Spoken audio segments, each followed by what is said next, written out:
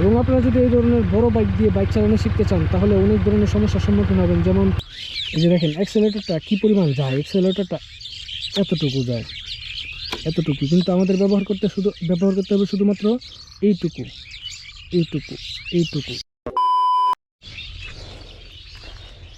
আসসালামু আলাইকুম। আজকের এই ভিডিওটা হচ্ছে কীভাবে একটি বাইক চালাতে হয় সেই সম্পর্কে। বাইক চালাতে হলে আমাদের সর্বপ্রথম জানতে হবে বাইকের কোন জিনিসটা কোন কাজের।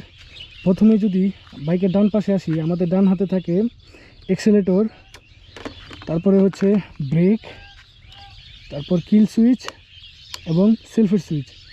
এখন আমাদের বাইকের মধ্যে যত ধরনের ব্রেক থাকে তার মধ্যে সবথেকে পাওয়ারফুল ব্রেক হচ্ছে সামনের ব্রেক, আমাদের এই হাতের সামনের ব্রেক। এবং ডান পাশে নিচে আছে আমাদের পায়ের ব্রেক, এটা এইভাবে ব্যবহার করতে হয়, এইভাবে। তারপরে আসছে বাম পাশের ক্লাচ।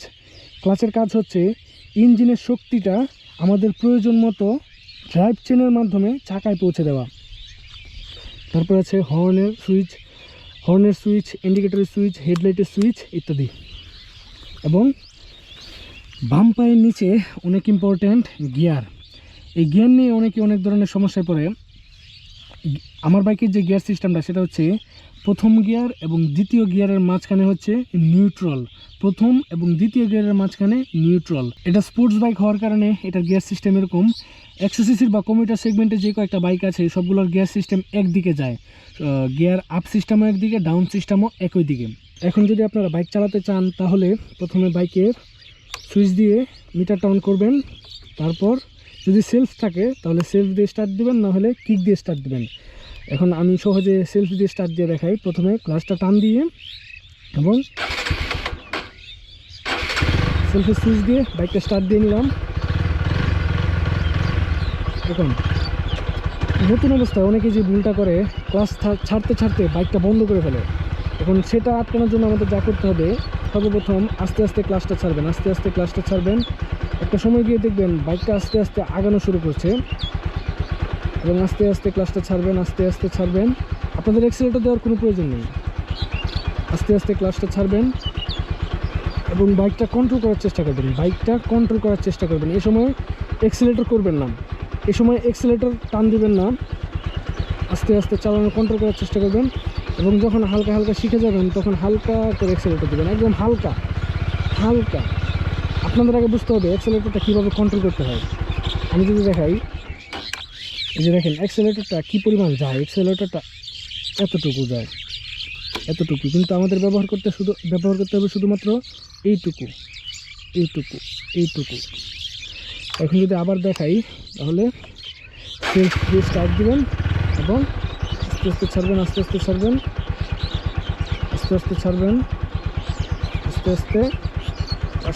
ছাড়বেন এবং একটা সময় দিয়ে সম্পূর্ণটা ছেড়ে দেবেন এবং বাইকটা কন্ট্রোল করার চেষ্টা করবেন।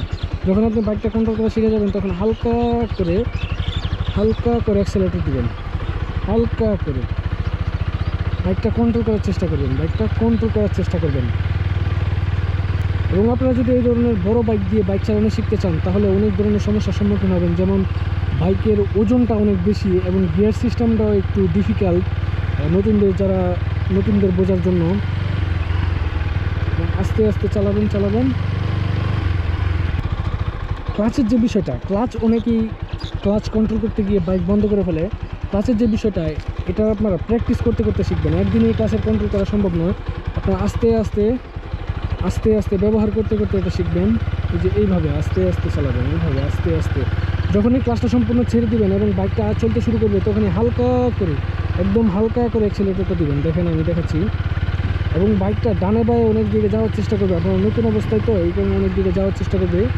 হালকা করে অ্যাক্সিলারেটর দিবেন এবং চালাবেন।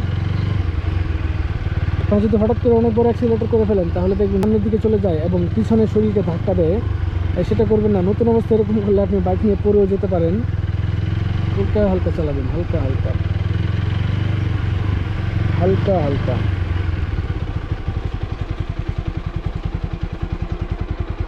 এবং আপনারা যদি বাইক কন্ট্রোল করা শিখে যান তাহলে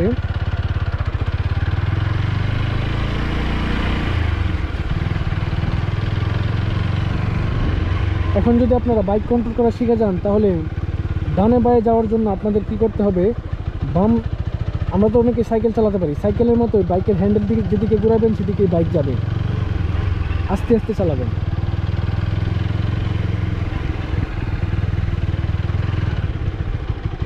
ঠিক আছে।